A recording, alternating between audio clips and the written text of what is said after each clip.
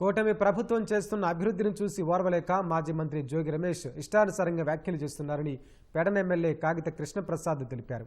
83 రోజులు జైలు జీవితం గడిపిన జోగి రమేష్కు బుద్ధి రాలేదని దుయ్యబట్టారు. కుమారుని పేరుతో అగ్రిగోల్డ్ భూములు కొట్టేసిన సంగతి మరిచిపోయారంటూ ప్రశ్నించారు. నియోజకవర్గంలో సహజ వనరులను విచ్చలవిడిగా దోచేశారని, అవినీతి మొత్తాన్ని రాబోయే రోజుల్లో బట్టబయలు చేస్తామని హెచ్చరించారు. మాజీ మంత్రి జోగి రమేష్ ఎవరైతే ఉన్నారో ఆయన మొన్న మాట్లాడుతూ ఉన్నారు. ఇష్టం వచ్చినట్టుగా చంద్రబాబు నాయుడు గారిని, లోకేష్ బాబు గారి మీద మాట్లాడుతూ ఉన్నారు. అసలు మీ స్థాయి అది కాదని కూడా మీకు తెలియచేస్తూ ఉన్నాను. చట్టం తన పని తాను చేసుకెళ్ళిపోతూ ఉంది.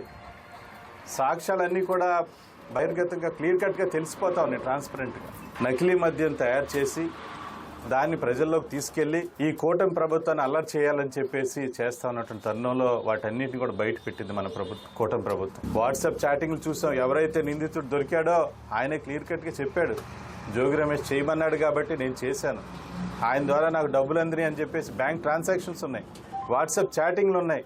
ఇవన్నీ కూడా బయటబయలైతే చూసి వారం లేక ఈ రోజున బయటకు వచ్చి ఇష్టానుసారంగా మాట్లాడతాం. జైల్లో 83 రోజులు ఉండొచ్చి ఈ రోజున అవాకు చవాకులు ఈ రోజున మాట్లాడటం మనం చూస్తూ ఉన్నాం. అంటే దొరికిపోయి కూడా బుకాయించడం అంటే జోగి రమేష్కే చెల్లుతా ఉందని కూడా మీకు తెలియజేస్తా ఉన్నాను.